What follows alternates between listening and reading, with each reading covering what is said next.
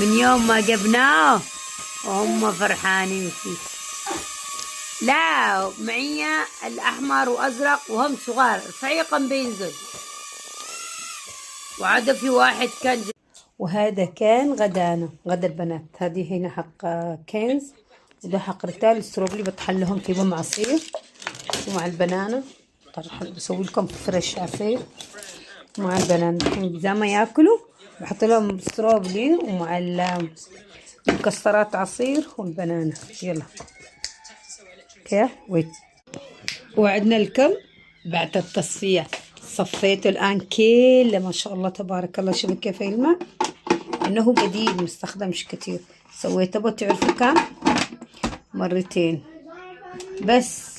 سويت فيه لي والله يمكن مرة ولا مرتين استغفر الله العظيم. مرة سويت الهوت شوكولات للبنات فيه، واني سويت لي مرة الكابتشينو، ومرة تانية عيال محلهم سويت لي ايش اسمه لاتيه. خلاص ديك المرتين اللي سويت فيه وخليته. ابو قدس اخته من ورا هنا على العموم.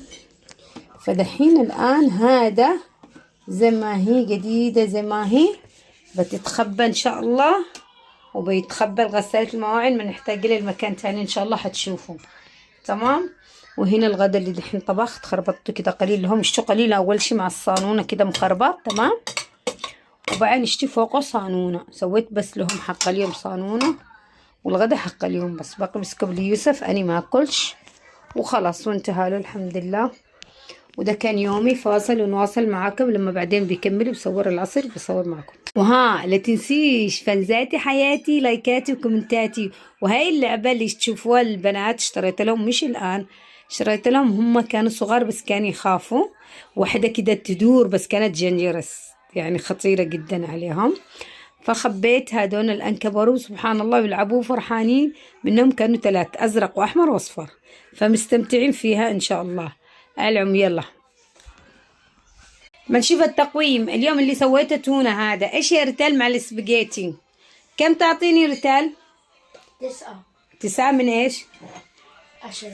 اوكي ده حق يوسف. الان اعطي لي يوسف حقه وتعالي بزيدك انتي. ها 9 من 10 وانتي كملتي ما شاء الله. لو كان 10 من 10 ايش بتسوي؟ واني هذه حلبتي يا جماعه. السكر تراكمي لي كم ما تشربش. تمام. والله يخليكم لايك وكومنت لا تنسونيش. الله يسعدكم. وده كان يومنا وده كان غدانا ولاكايتنا. سلام. يلا قولي ليوسف تعال وده حقنا الريفيو. بأمان الله.